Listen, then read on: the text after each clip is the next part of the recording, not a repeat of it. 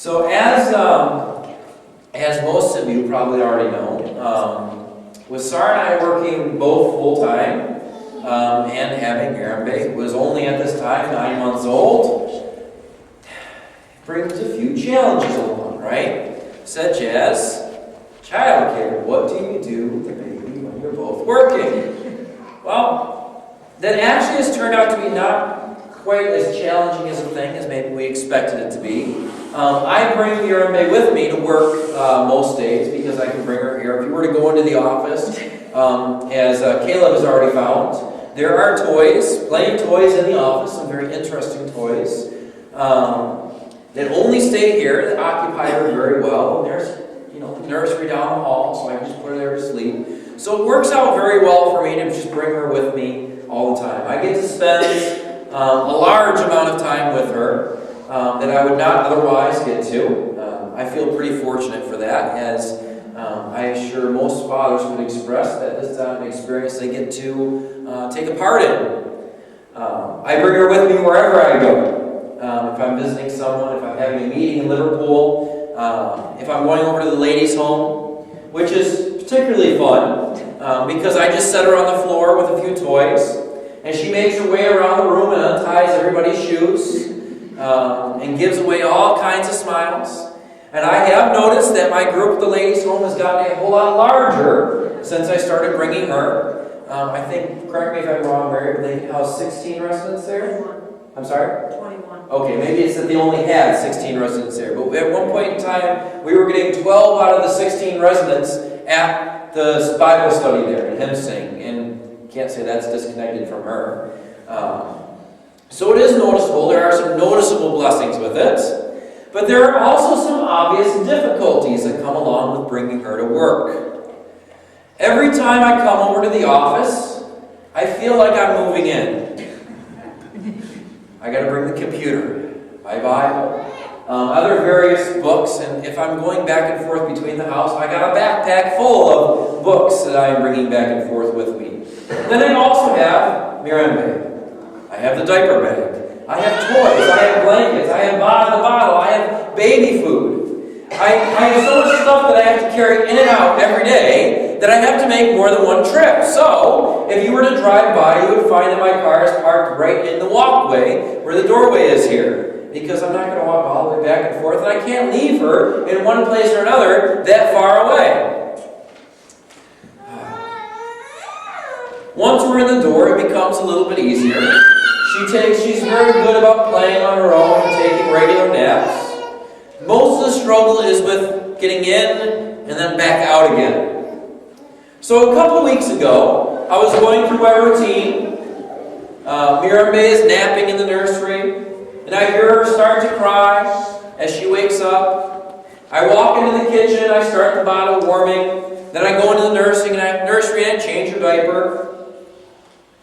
But the thing about diapers and a big empty building like this is that you absolutely cannot leave a dirty diaper in the church building.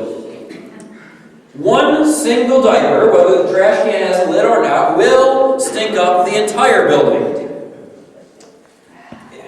It doesn't matter if it's only for a day, or if it's for a week, or if it's wrapped in a plastic bag. It gets bad. This being the case, I always make sure that I take the diapers out when I have her. But the problem is that I forget things. So what I do is I put it in a place that I cannot forget it. So, at the entryway as I'm walking out the door, on the top of the car, right, on the hood, okay, so that I don't forget it. And that way I'll deposit them in the trash can outside on my way out. On this day, I had, as I said, pulled right up to the door to park because of the number of things I had to carry in. And so I put the diaper on top of the windshield, right on top of the windshield wiper. And I left it there. That way, there is no way I could forget it, right? Well, a couple of hours later, it was time to leave. It was a Monday, and I was going to the ladies' home at 2:30. So I packed up everything and I moved out of the church. A couple of armloads later, we're on our way. We finished at the ladies' home at 3:30, and we had just enough time to run by Walmart before we had to go pick up Sarah from work at 4. We ran our errands and we pulled up to Pontiac to pick up Sarah from work. I see her walking out of the building, so I drive up to the door. Suddenly I notice something. There on my windshield, lodged underneath the windshield wiper, is the dirty diaper that I dropped there a few hours ago. It had survived going 55 miles per hour down to 481. It had made it to the ladies' home. It had made it to Walmart. And now it had made it all the way back to Pontiac without falling off the windshield. Now came the embarrassing part. Because now Sarah is too close to the car for me to do anything about it without it getting noticed. So, I roll down the window. Sarah, could you grab that off the windshield, please? And of course, Sarah was not the only person walking out of a Pontiac at that point in time. And of course, Sarah couldn't just grab the diaper off the windshield and grab it in the car. She had to point out to her coworker who was coming out with her, look at the diaper on the windshield. Mind you, I'm there at Pontiac once or twice every week doing services with the residents there, so they all know who I am. She got a good laugh out of it. Everything just went nuts. This is the problem, using a tablet. As any parent could probably tell you, anytime that you bring a child, particularly a baby, with you, to places like work or anywhere else, there are so many dynamics involved and things that have to be remembered that a basic truth is that things will fall through the cracks and there will end up being things like diapers on your windshield that are going to happen on a very regular basis. Maybe not diapers on the windshield, but something like that. I'm sure we all got stories we are thinking of right now, things we have forgotten that maybe been particularly embarrassing. As we begin to make our way into the holiday season, Thanksgiving on Thursday, and Christmas, you ready?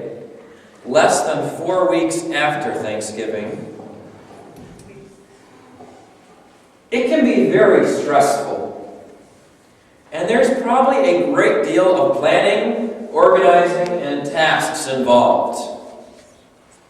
Think for a moment. What do you need to do this week to be ready for Thursday? Who do you need to call? What do you need to clean? What has to be cooked? What shopping needs to be done? Who's coming in from out of town? Where are you going for Thanksgiving? For most of us, I think it might be a little bit of an understatement to say that Thanksgiving might just be a little overwhelming. Something is going to be forgotten. Something will be screwed up. And we will probably just altogether miss something. You will go out one day, and figuratively speaking, you're going to come out on Thanksgiving Day and you're going to find a diaper on your windshield. And you know what? It's no big deal. Think about it. If I had forgotten the baby at the ladies' home, that would have been worth kicking myself over. But the diaper? No harm, no foul. It all ends up in the trash can eventually. So it is with the holidays as well. We don't want to forget anything, but we will. Just don't let the big stuff fall through the cracks. And stuff, even stuff like the turkey, that's not the big stuff. If we try to control and manage every aspect, sweating the small details, and breaking down over diapers on the windshield, we will drop the big stuff as well. And we will leave our family hanging. The holidays bring so much pressure. We feel like we have to create memories. We have to make moments. We have to feel blessed. I can't help but feel that, well, you guys probably feel this way with the family coming into town, the granddaughter coming there. You have to make this a great Christmas for her, right? Perfect gifts, perfect pictures, perfect meals. Everything has to be perfect. But what if everything is perfect? What if we're striving to have that flawless holiday relationship, and that moment where we realize that we forgot that diaper actually ends up causing much larger things to fall apart, much larger things to be forgotten? Having to wait an extra hour because the turkey didn't thaw out completely for the dinner is no big deal. But the blowout that destroys the whole day because now we're angry, and then we blow up at someone else because of it, that is a big deal. I think we need to step back and realize just what the holiday season is supposed to be about in the first place. What are we celebrating Thursday? What's it all about? Thanks. It's not about turkey, even though turkey is a great part of it, right? I mean, what's it called? What's Thursday called? Thanksgiving, right? So what could that holiday possibly be about? You in the back? To give thanks. To give thanks. The many ways in which we were blessed. Christmas is similarly about giving thanks and recognizing the blessings that have been given. Thank you, God, for Christ coming in the flesh to save us and to bring us back into your presence. This time of year, in a very broad sense, is all about acknowledging and rejoicing in the blessings that we have received. But what generally starts to happen with the holidays is instead of trying to celebrate the blessings, we strive to create blessings. We want to create moments and memories. But memories and moments can't be manufactured and created. They just happen. Do you remember what happened to Abraham? It's all the way back in Genesis, I believe, chapter 17. When he tried to manufacture a blessing of his own. God promised Abraham that his descendants will become a great nation with land and power. God would give him a son. But Abraham noticed a problem. His wife, Sarah, was barren. And what do barren women don't do? They don't have babies. Yes. So they don't give birth to sons. On top of that, Abraham and Sarah were both old. He was 86 years old, and even in that time, it meant that his years of vitality were behind him and quickly, or at the very least, quickly fading. Abraham was running out of time. So instead of waiting for the blessing that God had promised, Abraham decides that he's going to manufacture a blessing of his own. He takes Sarah's servant, Hagar, and lays with her so that he might have descendants through her, the ones that were promised him.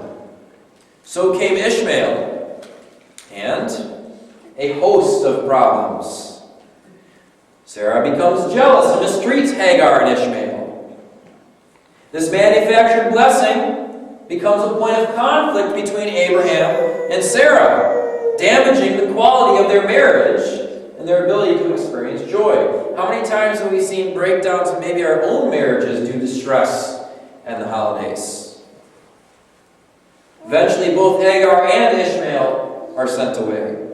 For the entire history of Abraham's descendants, they find themselves in conflict with Ishmael's descendants. In fact, when Abraham's great-grandson Joseph is eventually sold into slavery, he's sold to the Ishmaelites, who then take him to Egypt and sell him to the Egyptians. Manufactured blessing is not just that less than what it could be, but a manufactured blessing creates disaster where there might have once been peace and joy. To try to create a blessing out of nothing, to try to create moments and memories, actually creates disaster and stress. It destroys the peace and joy that we were already experiencing. Think about some of your past holiday experiences. How many of them involved conflicts, fights, or moments of very high tension? Just like when Abraham and Sarah came into conflict because of their choice to manufacture a blessing of their own design. We're going to do this. I don't care if you want to or not. Sit around the table and do this now. We're going to, okay. So many times the stressful environment of an attempted perfect holiday creates division and confrontation among spouses and family. Sarah can probably tell you the best part of a holiday at my family's house is completely unplanned. It is not the meal. It is not the gifts. The two that stick out to me the most are the first year Sarah was at our house for Christmas, and they were cleaning up the leftovers. And one of my sisters decided to fling potatoes at someone else. And my mom decided to fling potatoes at her. And Sarah was in the middle of it. And Sarah was completely distraught and scared to death of what to do. The other one I can think of, and this happens every time, completely unplanned, but happens, is we pull out a big long table, put it in the middle of the living room, which by the way is already crowded, and we play board games. That's not planned. That's not a part of the holiday, but it just happens. And it is a lot of fun. And those are the memories that we remember the most. So why does manufacturing a perfect holiday environment create a stressful one instead? How about we just start off with, not one of us have a perfect family. So, if not one of us have a perfect family, is it possible to maintain a perfect environment? It's not. Then there's the fact that none of us are perfect. So maybe we're the imperfect one in the imperfect family. So we're the ones that might just screw up that perfect holiday. Thanksgiving is immediately followed by Black Friday, or now I guess it's not followed by Black Friday, because I guess Black Friday somehow happens on Thursday now. For some, that means we have to work on Thanksgiving. And how can you have a perfect storybook holiday when family is missing? For others, there becomes conflict of low prices in shopping with that of being with family. Which one do you do? And by the way, I don't know if any of you go out for Black Friday here, but I would strongly encourage leaving Thanksgiving alone. Don't go out shopping on Thanksgiving. At least allow that to be family time. If you want a point of conflict, start right there, because that's a good way to start a conflict in your family.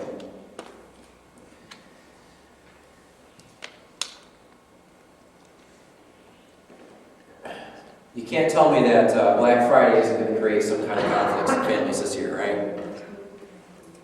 And doesn't Black Friday mark the beginning of probably the most stressful month of the year? Especially when we equate the perfect gift with the perfect holiday experience. Why do you want to give the perfect gifts? Because you want them to be happy, and you want them to have a good Christmas. In other words, you're trying to make that perfect holiday. And so for 25 days, or maybe you've already started being stressed out, you are stressed out about finding just that perfect gift, and if you buy it on December 1st, you're going to be stressed out for 24 more days, wondering if it was the right one to buy. But trust me, that gift's not going to ruin the holiday. Could it be that we become so stressed about gift giving because we believe that we must find the perfect gift in order to manufacture the perfect holiday experience and blessing? Do we understand that this is what Black Friday and the following rush is really all about? Black Friday is all about manufacturing the perfect holiday experience. We're still trying to create that blessing. Then you have to consider the stress that all of this perfect planning puts on our already strained finances. With every purchase, we cringe and close our eyes. Our level of debt expands exponentially. Then comes the food. The most expensive meal of the year happens to come at the time when we are spending more money than ever. You can't tell me that's not stressful. Even if we can manage to balance all of this perfectly, we gather everyone around, the family is here, the food is prepared, the picture perfect moment is created. We have a holiday that will be cherished, remembered, and successful. Then everything's gone perfect until you turn around and notice something. There's a diaper on the windshield. A single, insignificant imperfection mounted alongside all of that accumulated stress creates a disastrous implosion. Our world falls apart and we can't hold it together any longer. Our moment is dashed in the holiday, a train wreck. Harsh words and pointing fingers commence. We collapse under the weight and pressure that has been gathering for more than a month now. One problem mounts upon another. It starts with the diaper, but then Uncle Joe says he can't make it. Aunt Joyce can't be in the same room as Grandpa Ben. The fire alarm goes off. The turkey is burning. Before I know it, we have lost not just a perfect holiday, but instead we've created a regrettable one.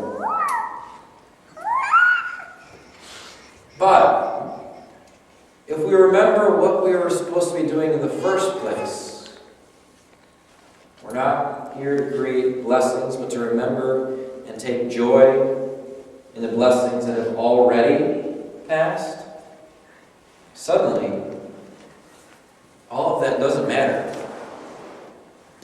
A blessing that has already occurred can't be ruined.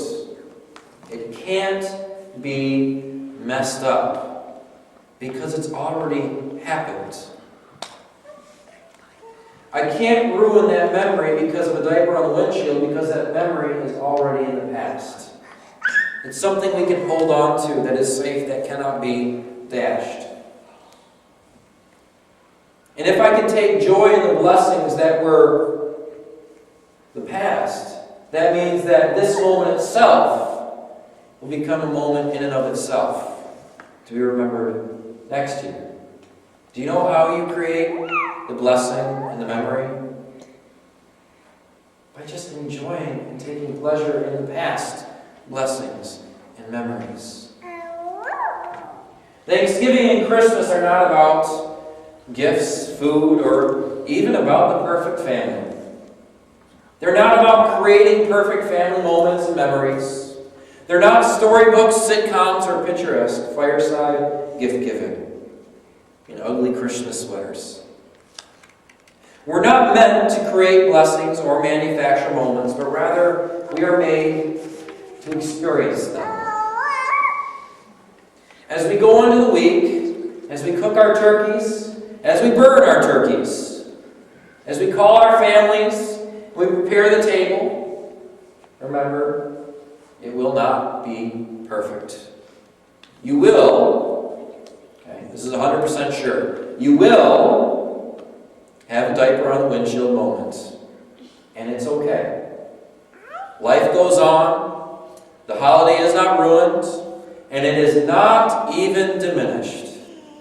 In fact, you might just get a good story out of it that next year you're going to have a good laugh over that's actually going to create another moment. Don't stress over the little things. You don't make the holiday, and therefore you can't ruin the holiday. It's not on your shoulders. Take a deep breath, relax, and remember what this is all about. Blessings past, celebrated today. That is when we'll begin to see new moments made. Read one text for you before we close. Psalm chapter 30, verse 1 through 12, and be up behind me as well. I will extol you, O Lord, for you have drawn me up, and have not let my foes rejoice over me. O Lord my God, I cried to you for help, and you have healed me. O Lord, you have brought up my soul from Sheol. You have restored me to life from among those who go down to the pit. Sing praises to the Lord, O you his saints, and give thanks to his holy name. For his anger is but for a moment, and his favor is for a lifetime. Weeping may tarry for the night, but joy comes with the morning. As for me, I said in my prosperity, I shall never be moved. By your favor, O Lord, you have made my mountains stand strong. You hid your face, I was dismayed.